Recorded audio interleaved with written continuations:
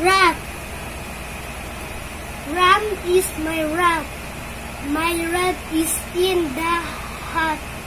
My rat can run and jump. My rat is brown. I love my rat. Pig. I have a pig. It is a pink pig. My pink pigs. Pig likes to run. It likes to eat. My pink pig loves me.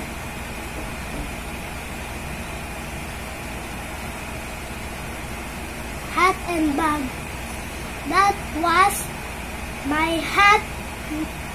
My hat was red. That was my bag. My bag was green. I have a new bag and hat. School. At school. We are at school.